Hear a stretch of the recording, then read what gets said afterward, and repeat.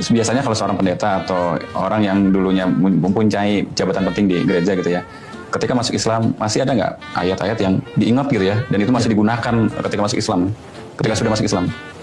Salah satu ayat yang sangat familiar di tengah jemaat itu Yohanes pasal 1 ayat 1. Apa tuh isinya, Pak? Bunyinya gini. Pada mulanya adalah firman. Firman itu bersama-sama dengan Allah, dan firman itu adalah Allah. Dulu saya nggak pernah terusik dengan ayat itu.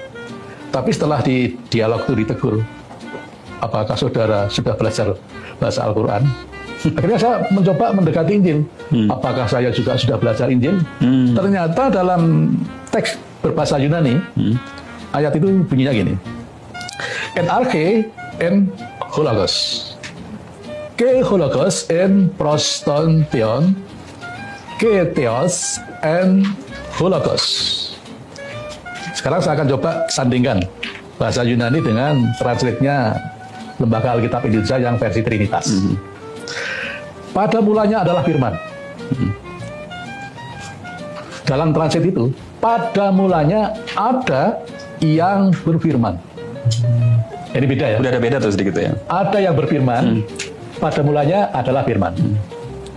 Kemudian anak kalimat kedua, atau B, firman itu bersama-sama dengan Allah. Translate dari bahasa Yunani, yang berfirman itu adalah Allah. Jadi orang gereja kenapa tuh pakai kata Allah? Karena mereka nggak pernah kenal ilmu tajwid. Dan yang berfirman itu adalah Allah. Jauh ya. Kemudian yang ketiga, dan firman itu adalah Allah. Ini salah satu kesalahan yang sangat fatal.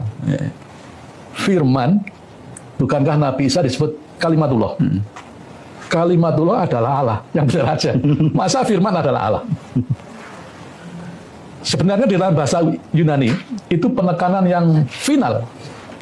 Dan Allah lah yang berfirman. Atau bahasa Greknya, dan Allah lah yang berfirman. Jadi itu menceritakan subjek yang utama dalam ayat itu adalah kemahakuasaan Allah. Tapi firman kok bisa disebut Allah, ini sebuah penyimpangan dari doktrin Trinitas.